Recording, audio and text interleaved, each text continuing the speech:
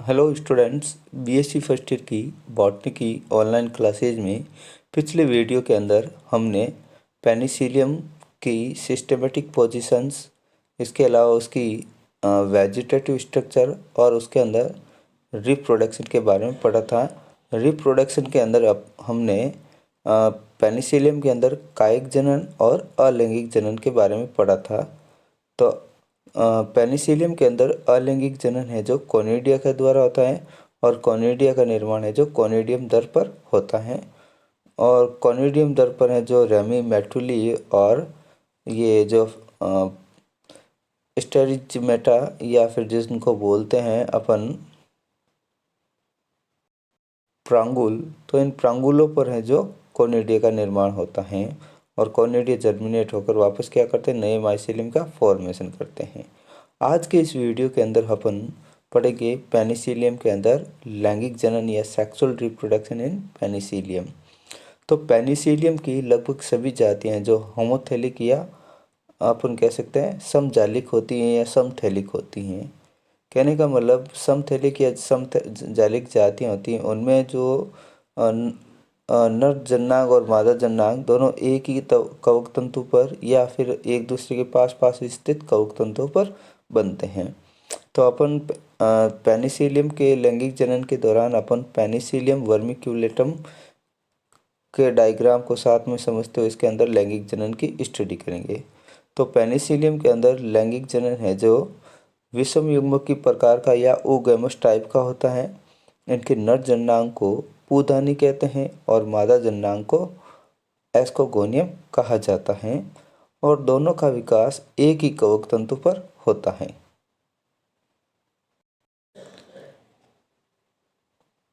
अब अपन पढ़ते हैं नेक्स्ट एस्कोगोनियम, जिसे अपन स्त्री जननांग भी कहते हैं। तो यह कवक तंतु की किसी भी कोशिका से एक उदग्र एक कोशिकीय शाखा के रूप में विकसित होता है। तो एस्कोगोनियम का निर्माण किससे होता है कि कवक तंतु की कोई भी शाखा क्या करेगी, उदग्र वृद्धि करेगी और इस एक कोशिकीय शाखा को अपन क्या कहते हैं, एस्कोगोनियम कहते हैं। जो यंग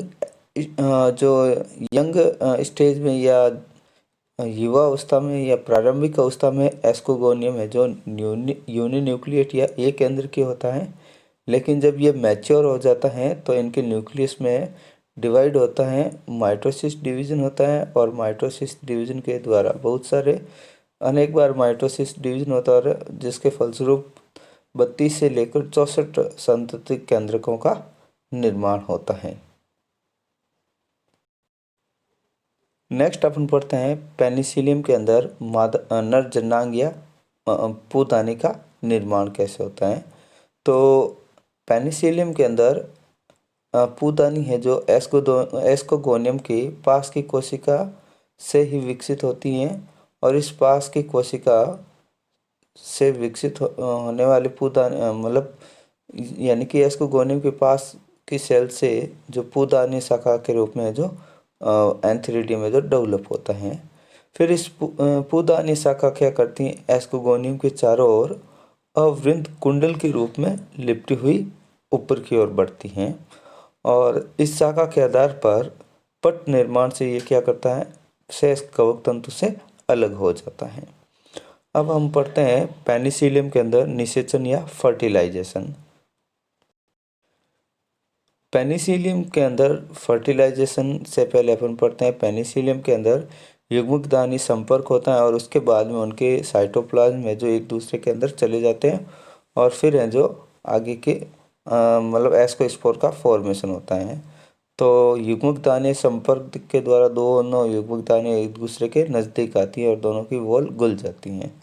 तो पूदानी का शीर्ष है जो एस्कोगोनियम से चिपका रहता है, क्योंकि पूदानी है जो एस्कोगोनियम के चारों ओर कुंडलित रूप से वृद्धि करके उसके शीर्ष भाग से चिपक जाती है। फिर जो पूदानी की भित्ति और एस्कोगोनियम की भित्ति यानी कि दोनों की उभयनिष्ठ भित्तियाँ जो गल जाती हैं। पूदानी से नर केंद्रक क्या करते हैं, एस्कोगोनियम में प्रवेश नहीं करते हैं। एस्कोगोनियम में पट्टीकरण द्वारा अनेक द्विक केंद्र की कोशिकाएं बनती हैं। अब जो दोनों की भित्तियाँ घुल जाती हैं और जो पूदानी की जो अंतर्वस्तु होती हैं उसके अंदर जो मेल न्यूक्लियस होते हैं वो मेल न्यूक्लियस एस्कोगोनी में प्रवेश नहीं करते हैं। कुछ वैज्ञानिकों का विचार होता है कि जो ये नर केंद्रक होते हैं पूदानी के अंदर वाले, जो एस्कोगोनी में पहुंचने से पहले ही अपहासित या नष्ट हो जाते हैं। तो ये नर केंद्रक हैं जो एस्कोगोनी में नहीं पहुंचते हैं। तो फिर इसके बाद में क्या होता है, एस्कोगोनी में जो पट्टीकरण द्वारा या सेप्टा के निर्माण के द्वारा अनेक द्विकेंद्र केंद्र की कोशिकाएं बनती हैं और प्रत्येक कोशिका में एक केंद्रक युग्म उपस्थित होता है। फिर एस्कोगोनियम की कुछ द्विकेंद्र की सेल्स क्या करती हैं, एस्कोजन तंतु बनाती हैं और ये एस्कोजन तंतु हैं जो बहुकोशिकीय व द्विकेंद्र की होते हैं।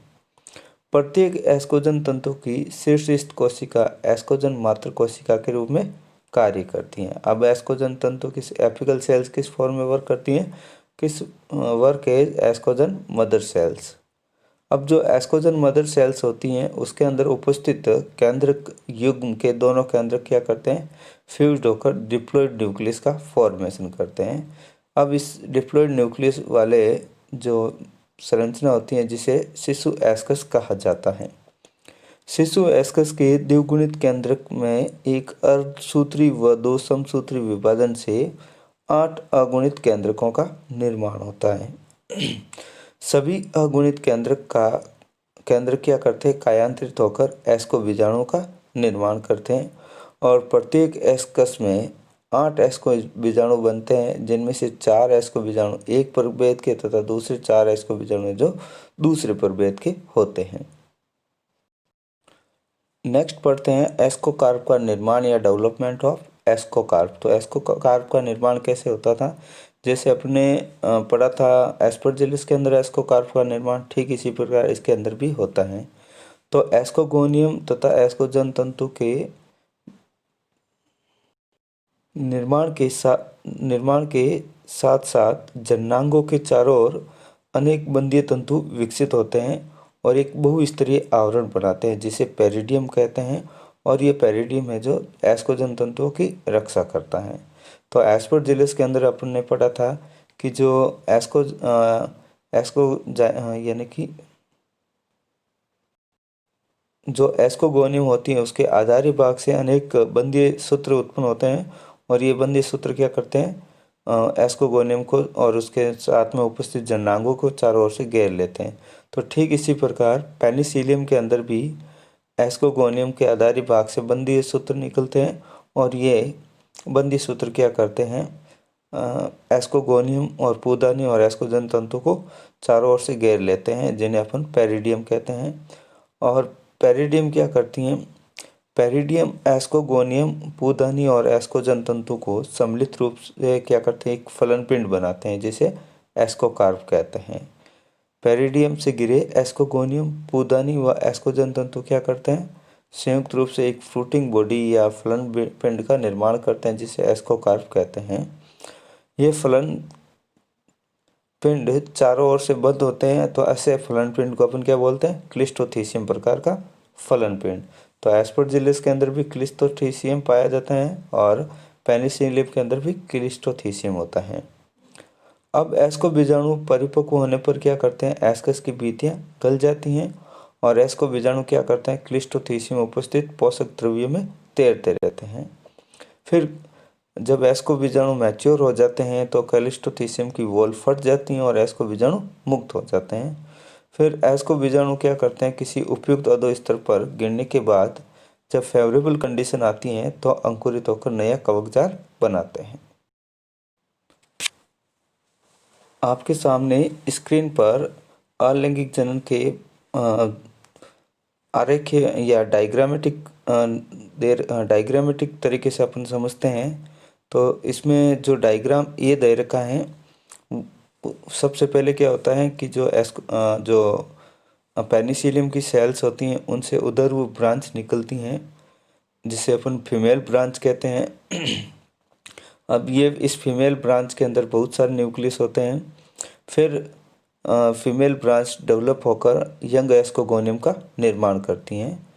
फिर यंग एस्कोगोनियम के पास से ही मेल ब्रांच उत्पन्न होती हैं और इस मेल ब्रांच ये लंबाई में वृद्धि कर एंथीरिडियम का निर्माण करती हैं।